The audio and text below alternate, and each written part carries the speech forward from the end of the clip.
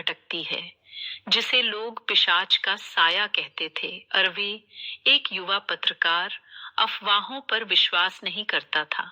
उसे हमेशा सच्चाई जानने की भूख रहती थी। जब उसने शहर में रहस्यमयी मौतों की खबर सुनी, हर मौत उसी हवेली के पास, तो उसने तय कर लिया कि वह खुद वहां जाएगा। लोग उसे रोकते रहे, पर रवि मुस्कुराकर कहता, डर कहानियों में अच्छा लगता है, जिंदगी में नहीं। उस रात चांद बादलों के पीछे छुपा हुआ था। हवेली के लोहे के गेट ने जैसे ही चरमराकर रास्ता दिया, रवि की रीढ़ में एक सिहरन दौड़ गई। हवा ठंडी थी, लेकिन पसीना उसकी हथेलियों से टपक रहा था। अंदर कदम रखते ही उसे लगा जैसे किसी ने उसका नाम फुसफुसाकर पुकारा हो। रवि। उसने पलटकर देखा, कोई नहीं। हवेली के अंदर धूल जमी तस्वीरें, टूटी सीढ़ियां और दीवारों पर अजीब से निशान थे, मानो किसी ने नाखूनों से उन्हें खरोंचा हो। रवि कैमरा निकालकर तस्वीरें लेने लगा। तभी ऊपर से किसी के चलने की आवाज आई, धीमी, भारी और डरावनी। रवि ने हिम्मत जुटाकर सीढ़ियां चढ़नी शुरू की। हर कदम के साथ दिल जोर जोर से धड़कने लगा। ऊपर पहुंचते ही एक पुराना कमरा था, जिसके बीचों बीच एक आईना रखा था। आईना धूल से ढका हुआ था, लेकिन उसमें किसी परछाई की हल्की सी झलक दिख रही थी। रवि ने जैसे ही आईना साफ किया, उसकी सांस अटक गई।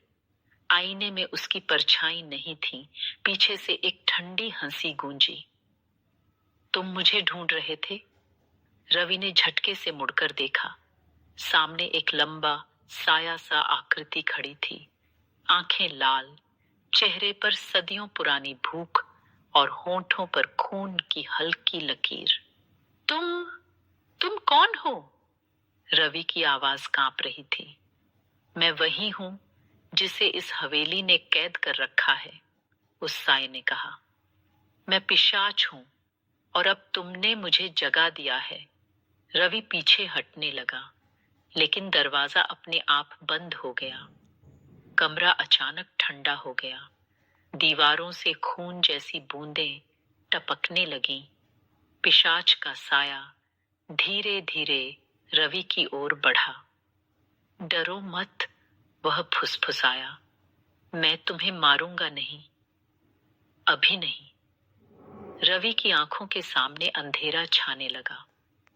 उसके टीडीएम के कानों में एक ही आवाज गूंज रही थी, यह तो बस शुरुआत है। अचानक रवि की नींद खुली। वह जमीन पर पड़ा था, हवेली के बाहर। सूरज निकल चुका था। सब कुछ सपना लग रहा था, लेकिन उसकी गर्दन पर दो ताजे निशान थे।